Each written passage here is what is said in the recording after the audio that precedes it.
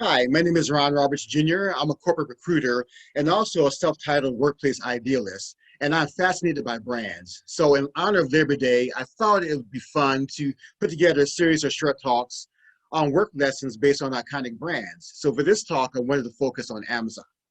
Now, I think I can fairly say that people love Amazon. People are constantly purchasing items from Amazon.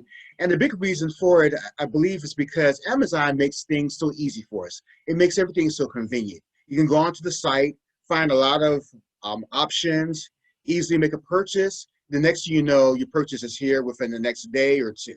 So Amazon creates a lot of value by making things easier and convenient for the consumer. So I wanted to translate this to the workplace.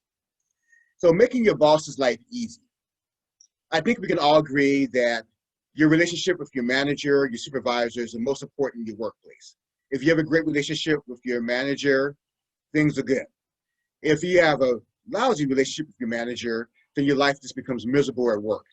And so that relationship is certainly one that you want to cultivate, one that you want to nurture, and to try to make it as good as it could possibly be. So make your boss's life easy. I wanted to cover a few points from an article called 10 Ways to Get Your Boss to Trust You Completely. This article is on the Muse. Number one, embrace the mission. Your job is to support your boss's success. The sooner we can embrace the idea that, hey, the reason why I'm in this job is to support my boss, make life easier for my boss and the team, then the better off we'll be. So just embrace that mission. That's what you're there for. Number two, understand his or her goals. So really just try to figure out what your manager's priorities are. What is essential for your manager to accomplish? And if you can understand your manager's priorities, what's needed for that person to accomplish their job, then you can more easily come in and really support that person. Number three, anticipate his or her needs. So once you understand your supervisor, your manager's goals, then you can start to anticipate what's going to be needed to support your manager. And you can get ahead of this. And so when your manager needs something done, you're already there and you're ready to be able to take care of it. You can handle that issue ahead of time. And believe me, managers, supervisors love this. And it allows them, it really gives them a reason to be able to trust you more. Number four, align your needs with his or her goals.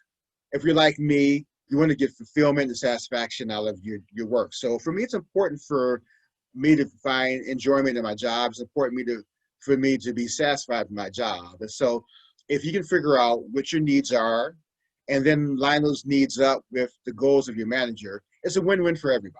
Your manager's happy, you're happy, and everyone's good. I wanted to cover this quote by Napoleon Hill. It is literally true that you can succeed best and quickest by helping others to succeed. So once again, if you are focused on helping your manager to succeed, then hopefully you're going to be in a position where you're going to succeed. Hopefully you have a fair-minded boss who will reciprocate the favor. They'll see that you have their best interests in mind, and then in turn, they will hopefully be more inclined to have your best interests in mind.